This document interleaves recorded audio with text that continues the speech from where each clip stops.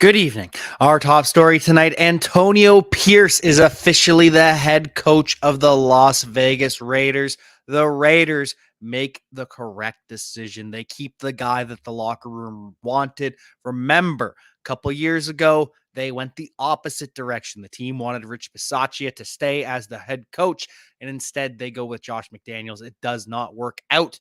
And so here we are now, Antonio Pierce, head coach of the Las Vegas Raiders. We've got that and so much more across the NFL on Player Profiler today.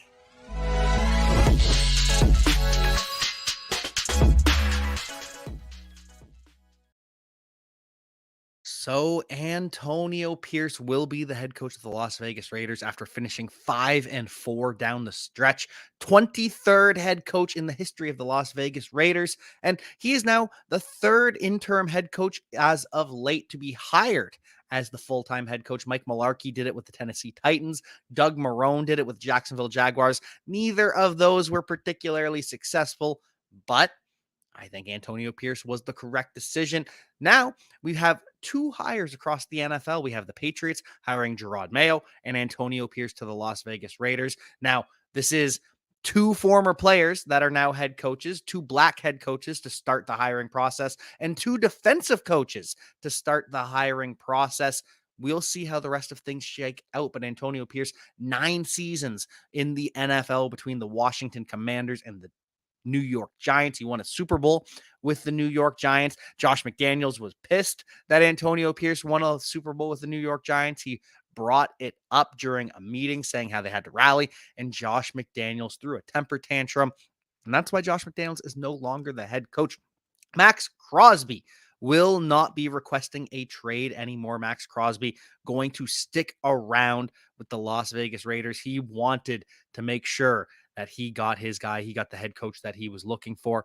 And so now they turn to a general manager. Champ Kelly is meeting with the Raiders brass right now. Champ Kelly was the interim GM. Could the Raiders just decide to run it back, run it forward with the same group? Well, not quite. There are going to be some massive changes on the offense. They ran with Bo Hardigree as the offensive coordinator. He was the QB coach. He was promoted, and he ran the offense for a couple weeks. Now they're going to be starting fresh. They're going to be hiring a new offensive staff. Expect Marvin Lewis, the head coach of the Cincinnati Bengals all those years ago. He's going to have a vital role with this organization going forward. He was brought on once Antonio Pierce was hired as the head coach. They brought on Marvin Lewis, and he's going to stick around, it sounds like, to kind of help Antonio Pierce grow into the role. Now, for fantasy football purposes, we don't know what this is going to look like. We don't know what the offense is going to be. We have to figure out who the quarterback's going to be. Right now, it's still Aiden O'Connell, but Jimmy G still under contract, though he's expected to get cut. Brian Hoyer could get cut as well. Some people think he's going to reunite with Bill Belichick with the Falcons, but we do know that Antonio Pierce is not afraid of a bell cow. We saw a 4-game sample size for Zamir White. That 17-game pace for Zamir White would have been 357 carries and 55 targets. Zamir White was a workhorse down the stretch. Now, Josh Jacobs could be back. They could draft a running back. They could sign a running back. There are so many running backs up for free agency. But whoever is the running back for the Las Vegas Raiders is going to be fed, whether it's Zamir White, whether it's Josh Jacobs, whether it is someone else. We will be following that all throughout the offseason.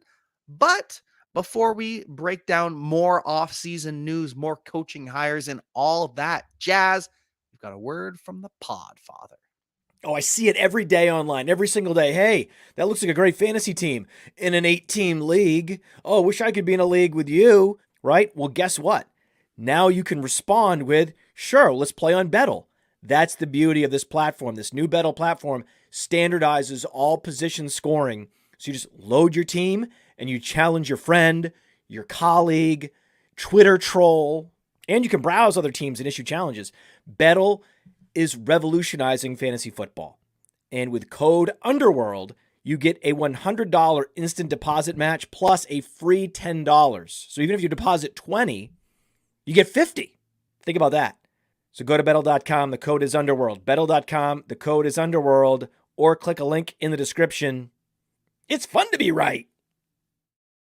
Now, I know many of you are looking for a secret weapon for your Dynasty League, and I have it. It's called the Dynasty Dominator app. You go to the App Store, go to Google Play. It's right there. It's $5 to download, and then every year it's $5 to load the next incoming class of rookies. You can add Superflex, add tight end premium. It's incredible because it allows you to look up players. It allows you to vote on whether a player is a buy, hold, or sell, and then see the market sentiment on that player. And you can compare their lifetime value rating from PlayerProfiler to their Dynasty ADP at the FFPC, all in the price lookup tool. And beyond that, we have a trade analyzer, so you'll never lose another Dynasty trade again. And in our settings, you can set this is a win now team, this is a rebuilding team, and then we let you compare players. Look at their metrics side by side, prospect metrics, NFL metrics. It's all there. It's $5 in the App Store. There's some add-ons for Superflex and to buy the upcoming rookie class. Every year, you're going to spend $5 on this thing, and it's going to be well worth it. We are back. And of course, I said earlier, I believe this was the correct decision by the Las Vegas Raiders to go with what the locker room wanted. The Raiders locker room saw what Antonio Pierce can be. They saw what life was going to be like. It was much improved from what they had under Josh McDaniels. And that is kind of the big thing with coaching is, yeah, there's the X's and O's, but that's really a small part of it. It's how you manage people. It's how you motivate people. That's why the Detroit Lions and Dan Campbell are having success, whereas the rocket scientist Matt Patricia completely flamed out with the Detroit Lions. It is more about managing people than the X's and O's. So best of luck to the Raiders. I hope they can just win, baby. Love the Raiders. The NFL is just better when the Raiders are good. But other coaching news across the NFL, the Eagles will determine who their head coach is, whether it is going to be Nick Sirianni or not, after a meeting with owner Jeffrey Lurie. He's going to meet with the owner and give him a proposal. These are the offensive coordinators that I'm going to have. These are the defensive coordinators I'm going to have. This is the staff I am going to build, because it was very clear that they miss Nick Sirianni and Jonathan Gannon. As much as Jonathan Gannon is a meme, he's like Michael Scott. He had the Eagles performing at a pretty good rate last year. He had the Cardinals overachieving this year. And Nick Sirianni, we've all seen what he did with the Indianapolis Colts. So we'll see who Nick Sirianni proposes as the coordinators. We'll see if Nick Sirianni sticks around. As of now, still the head coach of not of the Indianapolis Colts, of the Philadelphia Eagles. And the Dallas Cowboys, they will be sticking with Mike McCarthy. We learned that yesterday. He is 12-5 in 3 straight seasons with the Dallas Cowboys. And really, this is the unemotional decision. This is the correct decision. 12-5, 3 straight seasons in a row. That's an accomplishment. The way the Dallas Cowboys have been playing this year, they were the best team in football so often. I know it's frustrating. I know it's easy to make fun of Mike McCarthy for losing in the playoffs, but only one team can win a Super Bowl. And the Dallas Cowboys believe, and the players believe, like with the Las Vegas Raiders, that Mike McCarthy is the solution. And Mike McCarthy does believe that Dak Prescott is the solution. He's got a $59.4 million cap hit, the second highest cap hit in the NFL. So Dak Prescott's going to get a massive contract extension this offseason to spread that cap hit out over the next couple of years, because that's just too much. That is untenable.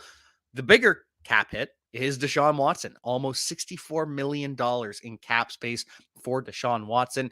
Third is Patrick Mahomes at 57.3. So don't be surprised if Patrick Mahomes signs an extension this offseason. Kyler Murray sitting there at 51.85. Matthew Stafford at $49.5 million this year. Daniel Jones in 47.1. Daniel Jones in the top 7 of cap hits. Yikes. Absolutely yikes. Then it's Josh Allen. That one makes sense. Most of these make sense. Deshaun Watson doesn't really make sense, but we all know about that contract. Makes sense that Dak Prescott's contract so high, knowing he's going to get an extension. Patrick Mahomes, it makes sense. Kyler Murray coming towards the end of his deal, so it kind of makes sense. Matthew Stafford. Actually, no, Kyler Murray's still well into his deal. He's got a lot of time left, but they can redo his contract, move money around. Stafford makes sense. Daniel Jones does not. Josh Allen does. And then we get to the non-quarterbacks. David Bakhtiari, he's probably getting cut by the Green Bay Packers this offseason after the knee injuries and another season. Then it's Khalil Mack, costing $38.5 million. Then it's Joey Bosa. Khalil Mack very well could get cut by the Chargers, whoever they pick to be their next head coach. But we also got news that Mike Tomlin is going to be back. We talked about that a couple days ago, but we have now heard from Mike Tomlin, and they're going to look outside the building for a new offensive coordinator. This will be the first time that's happened since Todd Haley was the offensive coordinator of the Pittsburgh Steelers. They are a very homegrown organization. They want to hire people, promote people within. Not the case this time. They're going to be looking for someone who has done the job of offensive coordinator before. And they're going to ask that person to have success with a quarterback that is not Kenny Pickett. Kenny Pickett is going to face competition. Mason Rudolph could be that competition. I think it's more likely Russell Wilson is that competition. Maybe it's a Ryan Tannehill rebirth that they're looking for. Maybe they bring in Joe Flacco. Whatever the case, Kenny Pickett is at best facing competition, and at worst, he's just a full backup. This is something I've told you for a long time. But what about the coaches that are changing, the teams that are hiring? We do have some news. We do have some updates. Brian Callahan is going to get a second interview with the Tennessee Titans. Callahan, the offense coordinator for the Cincinnati Bengals. We also have Bill Belichick, second interview with the Atlanta Falcons scheduled for this weekend. And everyone thought, okay, well, Bill Belichick was the favorite. He's got a second interview with the Falcons. It's over. It's Bill Belichick's jobs. Not so fast. Jim Harbaugh is also getting a second interview with the Atlanta Falcons. This is Belichick's job to lose still, I think.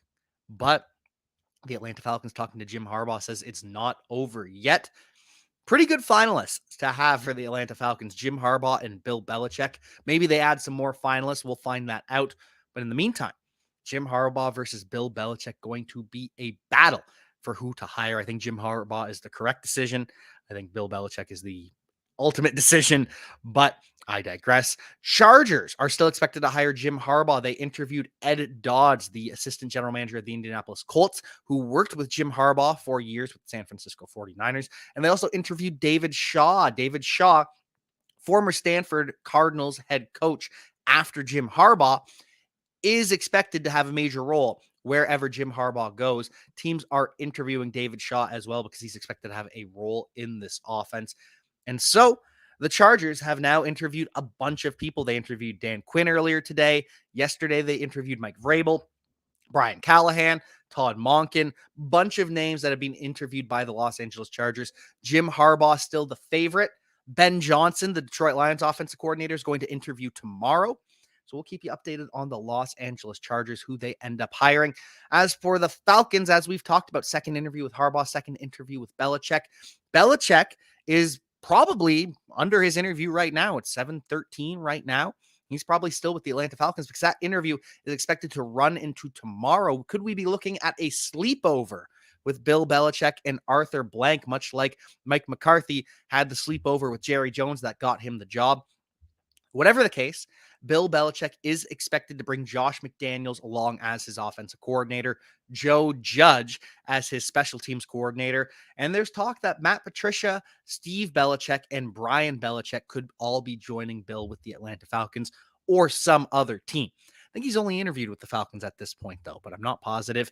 Bill O'Brien, this year's offensive coordinator for the New England Patriots, is off to Ohio State to be the offensive coordinator. And what a historic failure by Bill O'Brien. I mean, he's had a lot of success keeping Penn State relevant, rebuilding that program.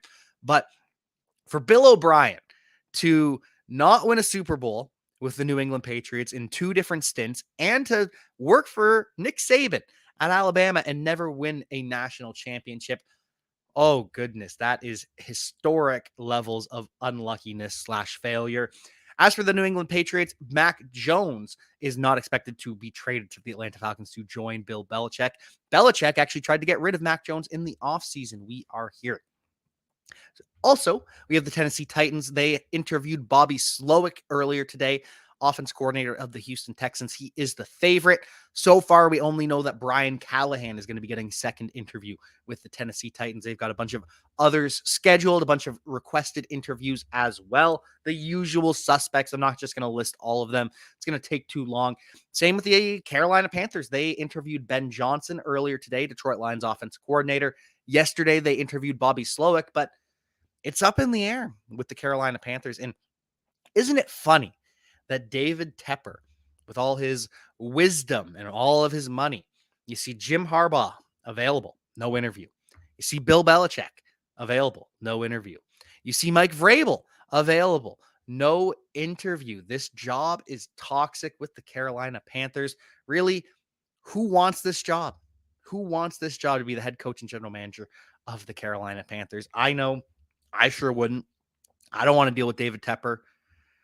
So we'll see how it all shakes out. The Seattle Seahawks are also slow playing this process. Frank Smith, the offensive coordinator for the Miami Dolphins, he interviewed with the team yesterday. Raheem Morris was interviewing today. I don't know if that interview has completed yet, still taking place, but either way, Raheem Morris was in Seattle or talking to Seattle today. Tomorrow, the Seahawks are going to talk to Ben Johnson, the offensive coordinator of the Detroit Lions, as well. And they've got some other names that are going to be coming in over the next couple days, couple weeks. We also have the offensive coordinators for a couple teams. The Saints have requested the QB coach of the Bengals, Dan Pitcher. So the Bengals could lose their offensive coordinator and QB coach in the same offseason, though what's more likely to happen is if Brian Callahan is hired as a head coach, then Dan Pitcher will be moved to offensive coordinator. Or if Brian Callahan's going to stay, then Dan Pitcher probably gets hired somewhere else. Bears are interviewing someone very interesting, Cliff Kingsbury, for offensive coordinator of the Chicago Bears, which is especially interesting because Cliff Kingsbury is the current offensive coordinator of USC, where Caleb Williams plays. So was this an interview or was this just a scouting session trying to figure out what Caleb Williams is like? Should they draft Caleb Williams? Yes, they should. Yes, they will. And speaking of the draft, Daniel Jeremiah unleashed his first mock draft. Now, I'm not going to go through the whole thing, but very interesting. 3 QBs to start the draft. Caleb Williams to the Bears. That seems like a slam dunk at this point. It's still early in the offseason, but that seems like a lock. Drake May to the Washington Commanders. That's not a surprise at all. And then Jaden Daniels to the Patriots at 3. Gerard Mayo already said he's going to be drafting someone at an important position. He's going to be drafting a quarterback at 3, which means Marvin Harrison Jr. falls to the Arizona Cardinals at 4. How lucky are the Arizona Cardinals? Daniel Jeremiah also has Rome Odunze to the Chargers at 5. Malik Neighbors to the Giants at 6. Crazy. Imagine 3 quarterbacks followed by 3 wide receivers, first 6 picks of the draft. Great for fantasy football. We also saw in the first round Bo Nix to the New Orleans Saints, which would not be a surprise at all. Derek Carr is not the answer. Saints need to rebuild. They won't, but they'll continue to try to make it work. And the Colts drafting Brock Bowers at 15. All very, very interesting, at least I thought. So other news and notes around the NFL. We've got the playoffs coming. Obviously, it's the divisional round of the playoffs. We're going to see how it shakes out. But right now, 4 of the 5 quarterbacks drafted in the first round of the 2018 NFL draft are in the playoffs. Now, Sam Darnold's a backup with the 49ers, but still, Baker Mayfield and the Tampa Bay Buccaneers, first overall pick, not by the Bucs, but by the Browns. Josh Allen still with the Buffalo Bills, who drafted them at 7, and Lamar Jackson, 32nd overall to the Baltimore Ravens. Crazy that they are all still in. Injury updates.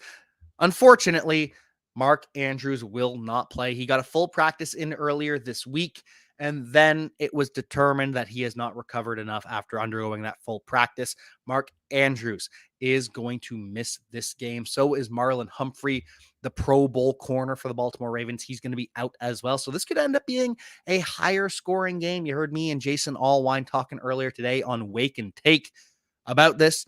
Could be a higher scoring game. I'm taking the over. I do think the Texans cover the 9.5 point spread without Mark Andrews, without Marlon Humphrey. That's probably gone down without Mark Andrews.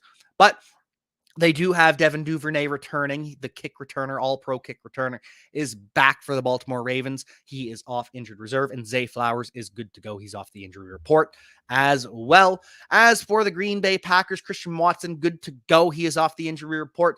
A.J. Dillon is officially questionable. I don't think he's going to play with that neck injury. Expect to see a lot of Aaron Jones. We'll see how effective he is against the San Francisco 49ers. That defense is at full strength. Only Cleveland Farrell, and I forgot Cleveland Farrell, the Raiders bust, was with the 49ers, but he's the only player that didn't practice on Thursday. And so it looks like most of the 49ers are going to play. Jair Alexander didn't practice at all this week. He is expected to play. He's questionable with a shoulder and ankle injury, is expected to play. But Jair Alexander likes to shadow. He plays both sides of the football, and I believe he will be shadowing Brandon Ayuk because he likes to shadow that X receiver. Deebo Samuel spends more time in the slot. He moves around more as that wide back that they like to play. And so I'm excited. I think Brandon Ayuk is going to get open deep on, and even if it's not, even if I'm wrong, and he's up against Valentine, that's a good matchup for Brandon Ayuk as well. As for the Bucs at the Lions, Baker Mayfield good to go with the ankle and rib injury. Chris Godwin good to go with the knee injury. He's off the injury report. And the Lions have Sam Laporta officially questionable, but he's going to play. Only Khalif Raymond set to miss this contest. Their punt returner, very good punt returner, suffered a knee injury a couple weeks ago against the Minnesota Vikings. He is going to be out, but the Lions are looking pretty good, even though their offensive coordinator has 4 interviews in 2 days. I find it ridiculous that during the NFL playoffs, you got to deal with interviews. Just wait. And I know teams are impatient and they don't want to wait, but just wait. We can just wait and start the interview process later. But teams all panic and they want to make sure they get their guys, and you can't blame the coordinators for interviewing because this is their only shot. So Ben Johnson interviewed with the Commanders and the Panthers today, interviewing with the Chargers and the Seahawks tomorrow. Will it be a distraction? I don't think so. Game plan's already been established, but we'll see how it all shakes out for the Detroit Lions against the Tampa Bay Buccaneers. The Chiefs and the Bills have people back shoveling in Buffalo, getting some snow out there in Buffalo. Fans back at the stadium trying to help out, making $20 an hour to shovel some snow for the Buffalo Bills. As for the Buffalo Bills as a team, Josh Allen practicing in full with a neck injury. Remember, Josh Allen isn't healthy right now. Josh Allen has been dealing with a neck injury for weeks. He's been practicing in full, but that means he's getting treatment on his neck after practice. The fact that Josh Allen isn't healthy and is doing what he has done is just simply amazing. Stephon Diggs popped up on the injury report with a foot injury, but don't worry, he's going to be good to go. He's been taken off the injury report, even though he didn't practice yesterday. There's no worry. He is going to be playing. Unlike Gabe Davis, Gabe Davis is out another week with the knee injury. So is Christian Benford, their second cornerback, Baylon Spector, and Taylor Rapp, linebacker and safety as well, all going to miss. But Rasul Douglas, their cornerback number 1, and their slot cornerback, Teron Johnson, both expected to play against the Kansas City Chiefs, who see a return this week. Yes, the Kansas City Chiefs officially get Sky Moore back off of injured reserve. He's been activated, and then he's out. He's actually not going to play this weekend, even though he's been activated to the roster. Sky Moore not going to make his return, and it really wouldn't have mattered even if he did. Sky Moore irrelevant at this point. Now, a fascinating story, one that warmed my heart. Clyde Edwards-Helaire has gone back to school. CEH is in nursing school right now. His sister has muscular dystrophy that has inspired him to think for his next career after football, entering the healthcare field. And we love our nurses. We admire our nurses. So CEH planning to be a nurse for his second career. Congratulations. Hats off to you and best of luck. Other news around the NFL, other things that we are following. The Cardinals, though they might be getting Marvin Harrison Jr. with that 4th overall pick potentially, they did lay off multiple employees. Their chief financial officer, their CFO, Greg Lee, who spent 15 years with the team, their VP of digital content and creative, 16 years with the team, and their VP of business development, 15 years with the team. They have all been laid off, as well as the senior VP of corporate partnerships, who's been 20 years with the Arizona Cardinals. He's leaving on his own accord. Something's going on with the Arizona Cardinals. We already know about the investigation, or the report, that general manager Steve Keim continued to work even though he was suspended. He had a burner phone.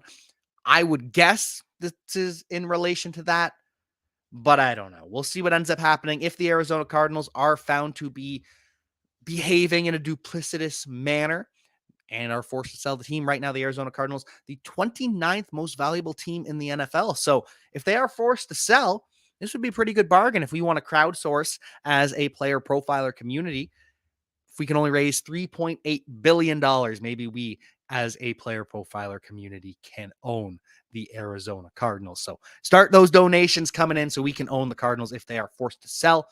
Final news and notes across the NFL. We do have the NFL draft coming up. Only 54 underclassmen declare for the 2024 NFL draft. Last year, it was just over 60, but before NIL, before name, image, and likeness became part of the NCAA, we were seeing 90 to 100 to 110 college players entering every single year. So this is good news that we are seeing people more thoughtful about entering the NFL draft, not just entering because they want to get out of there. There are more opportunities, there are more pathways for these young men to succeed at the NFL level, at the college level, because it's just a good thing to see. I'm very excited about that. Also excited that the Combine is going to be back in Indianapolis for 2 more years. Never been, but I've heard Indianapolis is the perfect location for it. And also, we have our final story of the night. We know that Hard Knocks is going to be running once again. Hard Knocks every single year. And we have the 3 teams that could be forced to do Hard Knocks. Now, you cannot be forced to do Hard Knocks if you have a rookie head coach. And if you've made the playoffs in the past 2 years, you cannot be forced to do Hard Knocks. And so the 3 teams that could have to do Hard Knocks are the New Orleans Saints, which very possible. I could absolutely see the New Orleans Saints on Hard Knocks, but we've already seen Derek Carr on Hard Knocks. I can't imagine Dennis Allen being too exciting. I don't know. Then we've got the Denver Broncos with a fresh start, life after Russell Wilson, Sean Payton. That would make for an intriguing Hard Knocks to see what's going on behind the scenes, to see how they're planning to attack with whoever their quarterback is. Or the obvious answer, the Chicago Bears and Caleb Williams. They can be forced to be on Hard Knocks. And if the NFL or HBO has to decide for them, the Chicago Bears will be your stars of Hard Knocks 2024. Hey, I want to take a moment to thank you for tuning in. It's important to me that all of our media be free. This is only possible because of you allowing a true independent sports media enterprise to thrive unlike any other in the business. So please subscribe to the All In Package to continue to make all of this possible, to ensure that all of our stats, information, data, content is available to you, especially you, the people that get the site and get the show.